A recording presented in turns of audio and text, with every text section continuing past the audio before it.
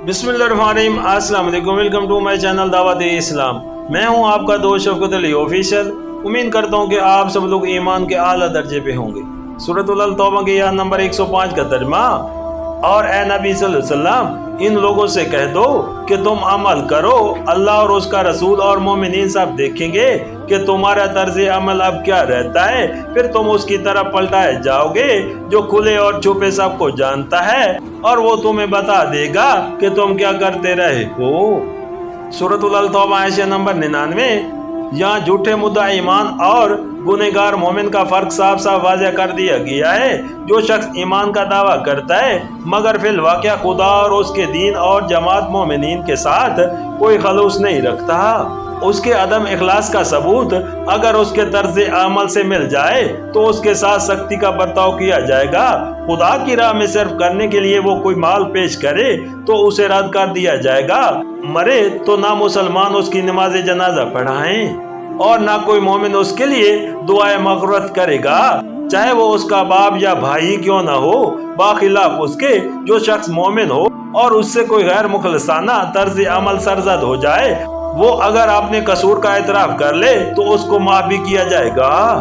उसके सदकात भी कबूल किए जाएंगे और उसके लिए दुआ रहमत भी की जाएगी। अब रही ये बात कि किस शख्स को गैर मुखलसाना तर्ज अमल के सदूर के बावजूद मुनाफिक की बजाय माज़ गुनहगार मोमिन समझा जाए, तो ये 3 मियारों से परखी जाएंगी जिनकी तरफ इन आयात में इशारा किया गया है। नंबर 1, वो अपने कसूर के लिए उज़रात लिंक और तवीलात व तजियात पेश नहीं करेगा, बल्कि जो कसूर हुआ है उसे सीधी तरह साफ साफ मान लेगा। नंबर 2, उसके साबिक़ा तर्ज अमल पर निगाह डालकर देखा जाएगा कि ये अदम इखलास का आदी मुजरिम तो नहीं है। अगर पहले वो जमात का एक साल फर्ज रहा है और उसके कारनामा जिंदगी में मुखलसाना खिदमात, असारे कुर्बानी और सबकत विलाल खैरात का रिकॉर्ड मौजूद है, तो बावर करा लिया जाएगा कि इस वक्त जो कसूर इससे सरजद हुआ है वो ईमान और इखलास के अदम का नतीजा तो नहीं है, बल्कि माज एक कमजोरी है जो वक्ती तौर पर रोनमा हो गई है। नंबर 3, इसके आइंदा तर्ज अमल पर निगाह रखी जाएगी कि आया इसका एतराफ़ कसूर माज ज़बानी है या फिर वाक़या उसके अंदर कोई गहरा एहसास नदामत मौजूद है। अगर वो अपने कसूर की तलाफी के लिए बेताब नजर आए और उसकी बात से ज़ाहिर हो कि जिस नुक्ज़ ईमानी का नक्श उसकी जिंदगानी में उभर आया था उसे मिटाने और उसका तदराक करने की वो सख्त कोशिश कर रहा है, तो समझा जाएगा कि वो हकीकत में नादाम है और ये नदामत ही उसके ईमान और इखलास की दलील होगी।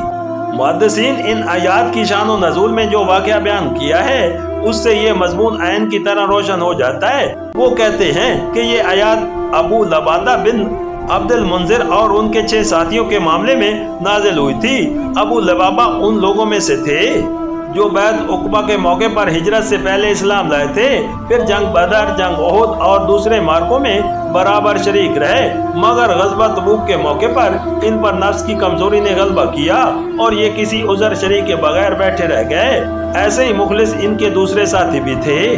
और इनसे ये भी कमजोरी सरजद हो गई जब नबी करीम सल्लल्लाहु अलैहि वसल्लम ग़ज़वा तबूक से वापस तशरीफ लाए और इन लोगों को मालूम हुआ कि पीछे रह जाने वालों के मुताल्लिक अल्लाह और उसके रसूल की क्या राय है, तो इन्हें सख्त नदामत हुई। कबल उसके के कोई बात परसिश होती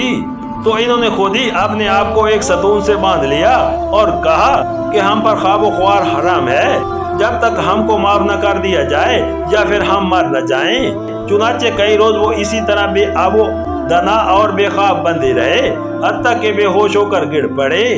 आखिरकार जब उन्हें बताया गया कि अल्लाह और उसके रसूल ने तुम्हें माफ कर दिया, तो उन्होंने नबी करीम सल्लल्लाहु अलैहि वसल्लम से अर्ज किया कि हमारी तौबा में ये भी शामिल है कि जिस घर की आरइश ने हमें फर्ज से गाफिल किया उसे और अपने तमाम माल को खुदा की राह में दे दे। मगर नबी करीम सल्लल्लाहु अलैहि वसल्लम ने फरमाया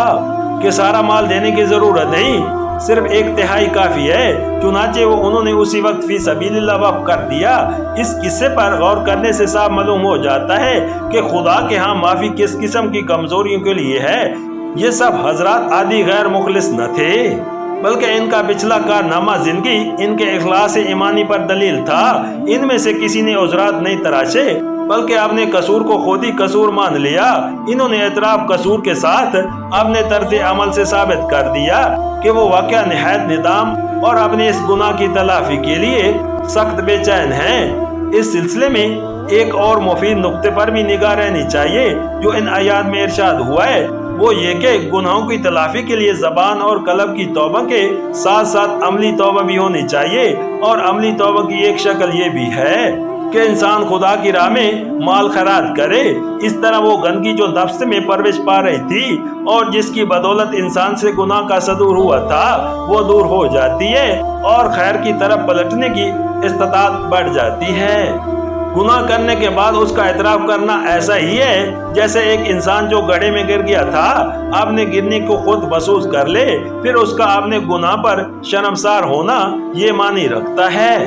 کہ وہ اس گڑھے کو اپنے لیے نہایت بری جائے قرار سمجھتا ہے اور اپنی اس حالت سے سخت تکلیف میں ہے، پھر اس کا صدقہ و خیرات اور دوسری نیکیوں سے اس کی تلافی کی سعی کرنا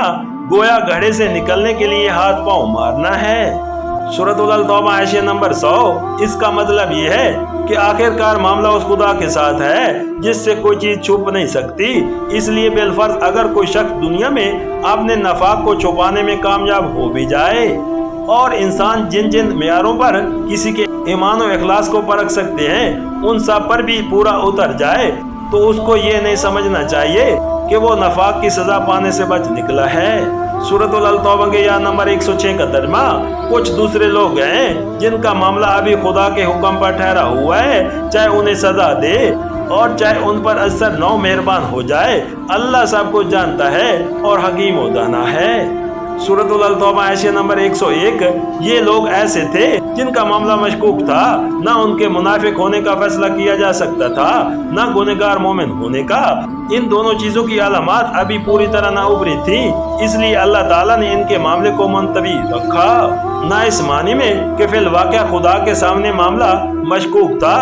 بلکہ اس معنی میں کہ مسلمانوں کو کسی شخص یا گروہ کے معاملے میں اپنے طرز عمل اس وقت تک متعین نہ کرنا چاہیے جب تک اس کی پوزیشن ایسی علامات سے واضح نہ ہو جائے جو علم غیب سے نہیں بلکہ حسن اور عقل سے جانچی جا سکتی ہو۔